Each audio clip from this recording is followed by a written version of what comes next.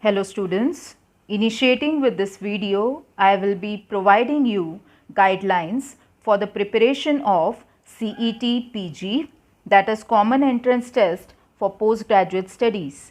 I'll be discussing with you various questions which can come in the exams and how you can work on it, right? So let's start. Okay, so see the question on your screen. It's a question related to name reactions. What is the question?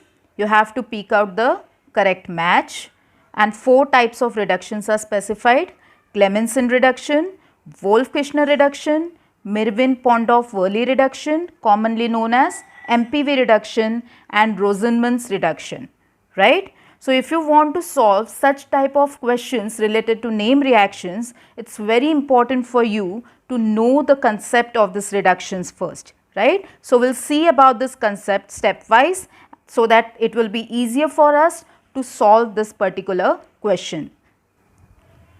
So let us first know about the various reductions which are involved. The first reduction is Clemmensen reduction. See on your screen. What I am taking here is acetophenone, a carbonyl compound, and I have to reduce it in presence of zinc amalgam and concentrated HCl. So on reduction, what is happening? The carbonyl group is been reduced into CH2 group, right? One more thing you have to remember within this Clemmensen reduction is this particular reduction is applicable only for ketones and not for aldehydes. So let us move on the next reduction. So the next reduction is Wolff-Kishner reduction. So as you can see on the screen, again I am taking a carbonyl compound, and what is the reducing agent here?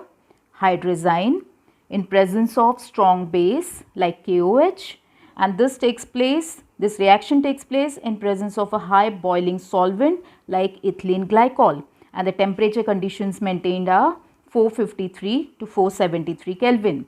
So when you are maintaining this conditions of reducing agent, what is going to happen? Again, carbonyl group is getting reduced to CH2, right? However, one of the important point referring to this reduction is it is applicable to aldehydes as well as ketones. Now let us move to the next reaction. So this is MPV reduction, Mirwin-Ponndorf-Verley reduction. So here again we are taking a carbonyl compound, interacting it in presence of isopropyl alcohol and aluminium isopropoxide, right? So what the reaction is producing? It is giving you secondary alcohols and acetone, right? So one of the important thing you can note here is it is not applicable in case of aldehydes under basic conditions, because the basic conditions which we are maintaining during this process, it results in polymerization reactions for the case of aldehydes, right?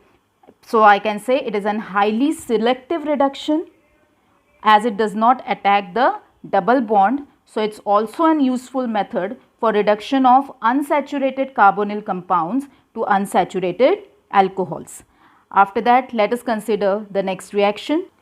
So this is the final reduction within the series, that is Rosenmann's reduction. Here we are taking acid chloride, and acid chloride is converted to aldehyde in presence of palladium catalyst, which is supported over barium sulfate. We are also taking help of certain amount of sulfur or quinoline. Now sulfur and quinoline, you can take either of them. It has a very basic role within this reduction reaction. It basically acts as a partial poison. What kind of poison? See what happens if you are not adding sulfur within the reduction reaction, within this Rosenmann's reduction, then the acid chloride initially gets converted into corresponding aldehyde, and then this aldehyde can further be converted into primary alcohols, and we need not want to convert it into alcohols, so we need to poison the catalyst, and for that reason we are adding either sulfur or quinoline, and the complete reaction takes place within a system of boiling xylene, right? However, one more thing we can note within this reduction reaction is the reduction reaction is not applicable for preparation of formaldehyde. That is what is shown in this particular step. You cannot take formal chloride and try to convert it into formaldehyde. What is the reason for this? Formal chloride is unstable at room temperature, because of which it cannot be converted into formaldehyde in presence of the specified reducing agent. Is it okay? So that is about the reduction reactions, explanation for them. Now again, let us come to the question series. So can you tell me the right answer now? Is it Clemmensen reduction? No. Why not? Because Clemmensen reduction takes place in presence of zinc amalgam and concentrated HCl.